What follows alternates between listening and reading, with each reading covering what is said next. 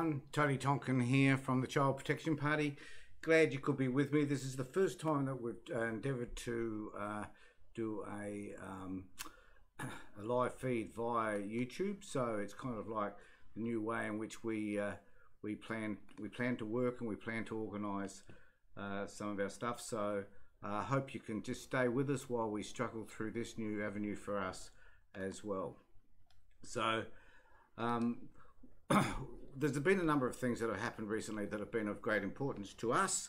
Number one is we've started the circle a few weeks ago, which is an opportunity for people to come and talk to us about what's been happening in their lives, the way that they perceive some of the policies that we've implemented, and also to have people come and be interviewed and express their experiences around what's been happening. We also have got we've got the Facebook feed on a Sunday night, which we hope you're all enjoying, and that's in live feed, and that alternates between Nadia and myself.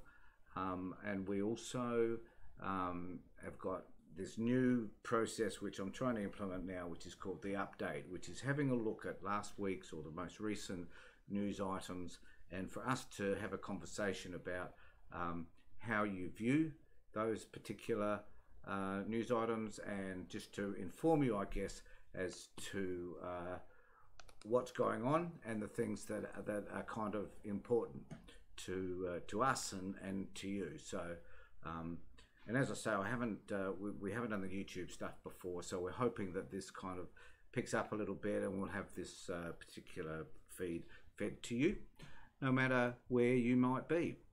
So one of the things that there's been a number of things that happened over the few weeks, and we'll go through those. There was an article actually in the Sydney Morning Herald, which was posted on our Facebook page, and we'll just have a brief discussion about that. It was actually via a social worker who expressed some regret, I guess, about the way that social workers have behaved in the past, particularly in the child protection area. And we'll just go through some of the things that this particular person has talked about, which I think are really important. One of the things she does say here is that child protection is my job, it's who I am. I kind of understand that. Social work is my job, it's who I am. So I get that, and I understand that we are not just social workers 9 to 5, or when we're doing the particular work assigned to us, we're social workers all the time. It's kind of like it becomes embedded in who you are, the values that you hold, and the way you express those values all the time.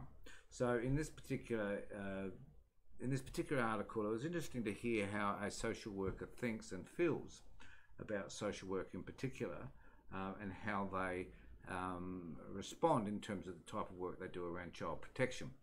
So she says here, we have a lot to be sorry about. Aboriginal people taught me that.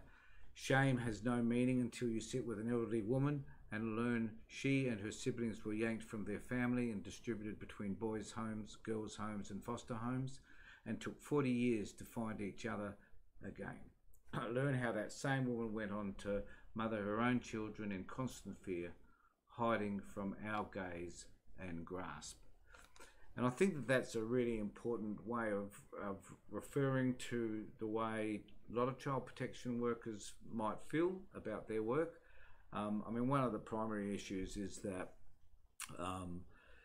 we are responsible, that is, social work profession is responsible for forced adoptions, for removing children when completely unnecessary, and to this day are still removing children in situations where the behaviour of parents could be modified to a degree whereby those children could feel safe. So the practices that this person is talking about, which she still feels obviously concerned about, are still the practices of many social workers. And one of the primary concerns for me, I guess, is that when we do meet these people, and I work with a lot of Aboriginal people, And when we work with them, it is imperative that we hear their story, because it is their story that will determine about how we respond around them. And I've been working with an Aboriginal mum and her grandmother and her mother. So it's a grandmother and her mother, the great grandmother of the child that's been removed, and absolutely fabulous people. There's no disputing any of that. And when you hear the grandmother talk about her story about her siblings being removed as a part of the stolen generation, you do appreciate the fear and the resentment and all that stuff that they have in relation to the child protection system. She goes on to say that thanks to the Royal Commission, we in fact, because this is in New South Wales, have apologised to a lot of people who resist and survived institutional abuse. They are the best teachers, the bravest people, the most deserving of my regret, the most entitled to my shame. They taught me what's important about the way they are heard and remembered. They taught me with unmatched power to uphold dignity by honouring resistance. And I find that's a really interesting way of putting it, because it's kind of like how I feel, or what I believe, is that people resist this system greatly. It doesn't matter whether you're Indigenous or not, but it does matter particularly when you have, as a child, have encountered the child protection system and been removed, and then experience what that's like. That is terribly distressing to a lot of people, because they, like Indigenous people, sit fearful too that the system is going to come and remove their children as it did them from their parents. So there's a lot that we need to consider in relation to working as social workers in this particular field. And I'm really grateful for this article, which comes from someone who currently works in the area. The problem that I guess I have primarily is that even though you might be feeling this, and these are wonderful feelings to articulate, to what degree are you applying those particular principles? So how, given what you know social workers have done, the horrific things that we've done in terms of removing families, how does that inform, I guess, your practice and the things that you believe are really important to you? Don't know. Be interested to hear whether this woman particularly returns people, kids at a greater rate, whether she works with people differently than what a lot of other social workers would. I would expect that she would, but that remains to be seen. The other article that I want to refer to is an article entitled Attorney General Vicky Chapman says authorities must address family violence and the impact on children. This particular article, I think, is a Lauren Novak article, and it is. And so I thank Lauren for you for producing this particular article. The area that I want to talk about is just a quote, I guess, that Vicky has stated, which we as a political party wholly agree with. Primarily because children are often forgotten in relation to issues around child abuse. And children are forgotten because we hear a lot about the way it is for women, and that's fine, and no one's disputing that. We understand that, that's the way it should be. But often we don't hear the stories of children and how children are impacted by domestic violence. We see it a lot in terms of the work we do around the child protection area in particular, but we don't necessarily see it in terms of the general conversation. So I certainly congratulate Vicky for having this conversation, because it's an important one to have. And she said, children are repeatedly witnessing the horror of one of their parents of abuse of one of their parents by another, but also living with the scars of that. Perhaps the biggest area of reform we're yet to look at is how we ensure we protect children who witness, but not necessarily be the direct victims of, domestic violence. And it's a wonderful thing to say, it's a beautiful thing to acknowledge, but how you're going to actually operationalise that remains to be seen. One of the issues that we've had for a long time has been how we address issues around kids who are specifically at risk and families that are at risk. So where we know there's domestic violence, that violence needs to cease and the kids need to be protected so that they are safe. And I was speaking to someone recently where a lot of violence in the home. And then I asked her where she's living. Well, she's had to move out, living with relatives, doesn't have a home. It's going to be difficult for her to get the kids back simply because she doesn't have a regular house in which to live. She tried to contact the domestic violence services, but they, for whatever reason, chose not to respond at this particular time. I have referred her to somebody else though. But the issue, I guess, is that we don't address those particular issues. We know, so Vicky, to her credit, is acknowledging that the situation is as it is, as she has said. It is the biggest area of reform, she says. Well, let's see, Vicky, how you're actually going to reform that particular area. There's one final update. There's two updates I want to do, but there's one actually newspaper update that I think is really important, and that is about bullying within the department. And even though this is New South Wales again, I think this relates also to our who we are in South Australia, or probably any state for that matter. This level of bullying and harassment that takes place. And I just wanted to highlight this because we need to understand that social work is not an easy job, no disputing any of that, and that, but if you're finding it's a stressful job just because of the type of work you do, and then you have to experience a workplace that is also toxic, so that workplace is not supportive, it's going to be very difficult to maintain your own sense of well-being. And as a result of that, people burn out and they leave. And this is a really good example of where this is quite apparent. So they said caseworkers were yelled and sworn at by their managers or being derided in front of other staff by being called names such as idiot, fools and incompetent.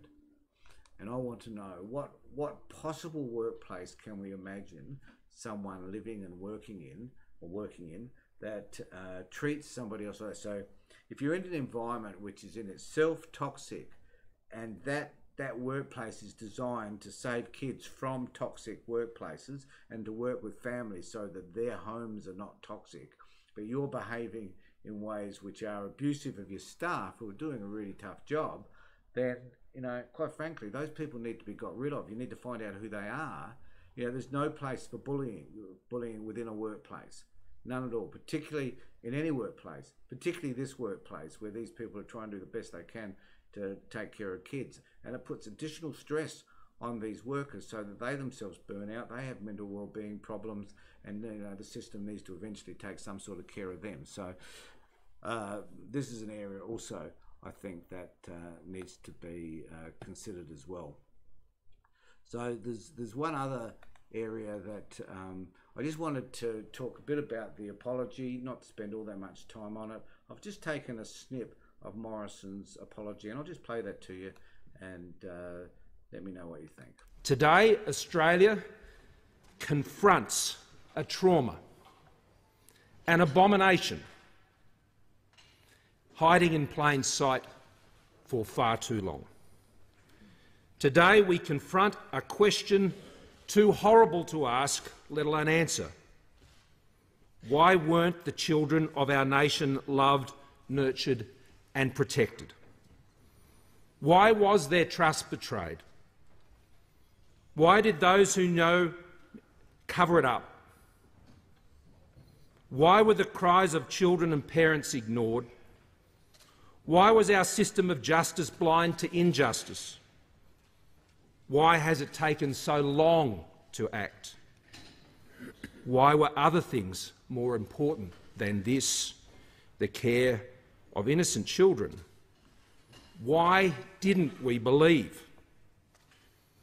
Today we dare to ask these questions and finally acknowledge and confront the lost screams of our children.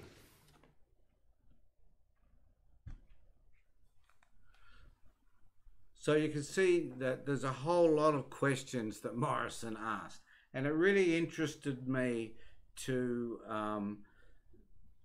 that those questions should have been asked years ago, that he's asking a whole sense of questions as to why didn't we take notice? Why didn't we recognise what was happening? Why did we fail to act? And it's one thing, I think, saying that I'm sorry. It's another thing to be able to not only say that I'm sorry, but to do something about it. And I'm not convinced that the government actually is prepared to do that. I'm not convinced they even know what to do about kids being abused.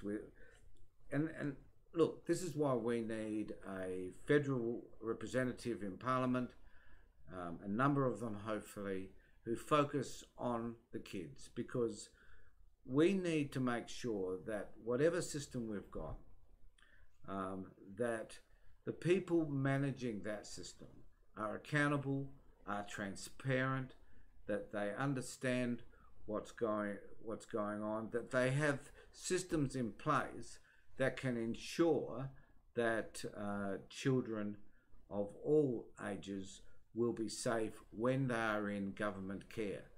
And the oversight actually needs to be held by the federal parliament. It is important that the federal government becomes active in this area. What concerns me is that the child protection system as a whole is run by state governments, as we all know, but it is important for us to make sure that the federal government, who provides the money to the state governments, has an oversight, so that the apology that Morrison gave last week in 20 or 30 years' time is simply not another apology by another Prime Minister, because the situation has never been rectified. And so, you know, there are many Indigenous people who recognise that when Rudd made the apology, it has a great deal of significance. When Morrison made this apology, it is also significant. I understand all of that. But the reality is that unless we change the system, the sorry just becomes a word. And that's it. So we need to make sure that we make a difference. And that's why we need to have representatives at the next federal election.